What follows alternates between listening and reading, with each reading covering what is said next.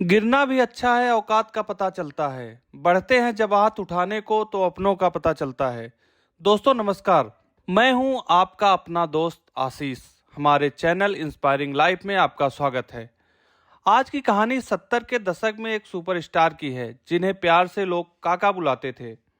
बॉलीवुड के पहले सुपरस्टार कहे जाने वाले राजेश खन्ना भले ही हमारे बीच नहीं हैं, लेकिन उनकी यादें और फिल्मों में निभाए गए उनके बेहतरीन किरदार आज भी लोगों के दिलों में जिंदा है।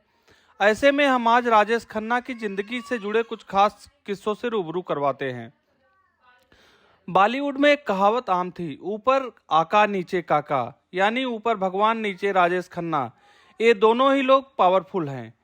देवानंद के बाद राजेश खन्ना दूसरे फिल्मी सितारे थे जिनके लिए लड़कियों में बेहद दीवानगी थी। 1970 के दशक में इनके बंगलों पर लड़कियों के खत आते थे। उन्हें पढ़ने के लिए अलग से एक आदमी रखना पड़ा था। इनमें कई खत खून के होते थे। राजेश खन्ना का जन्म 29 दिसंबर 1942 को अमृतसर में हुआ। उनका जन्म लाला हीरानंद खन्ना और चंद्रा रानी खन्ना के घर हुआ। उनके एक भाई थे। राजेश खन्ना का पहला नाम जतिन खन्ना था। उनके पिता स्कूल के टीचर थे। 1947 में जब देश का बंटवारा हुआ तो विभाजन में राजेश खन्ना के परिवार ने भारत को चुना और अमृतसर में बस गए। देश विभाजन में उनके पिता की नौकरी चली गई, जिस वजह से उन्हें आर्थिक तंगी का सामना करना पड़ा। हालात इस कदर बदतर थे कि वे परिवार का पालन पोषण नहीं कर पा रहे थे। इसी वजह से उन्होंने 6 साल के राजेश खन्ना को मुंबई में रहने वाले रिश्तेदार चुन्नीलाल खन्ना और लीलावती को सौंप दिया। बचपन से राजेश खन्ना को काका बुलाया जाता था। पंजाबी भाषा में काका का मतलब छोटा बच्चा होता है। 10 साल में राजेश खन्ना थिएटर से जुड़ गए। उन्हें बोगो और तबला बजाने में खासा दिलचस्पी थी।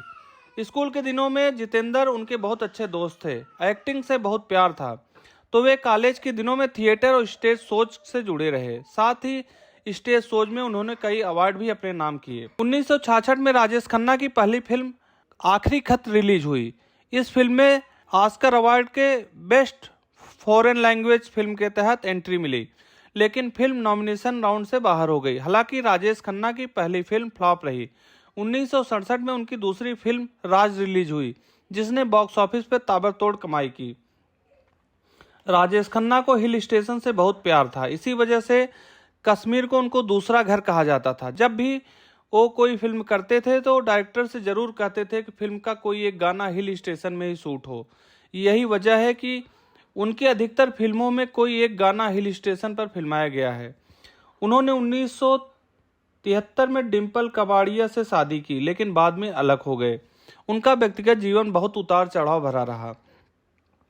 2012 में लंबी बीमारी के बाद उनका निधन हो गया, लेकिन आज भी उनका जादू लोगों के सिर पर चढ़कर बोलता है। राजेश खन्ना की कहानी हमें यह सिखाती है कि असली प्रतिभा और जुनून कभी न कभी रंग जरूर लाते हैं।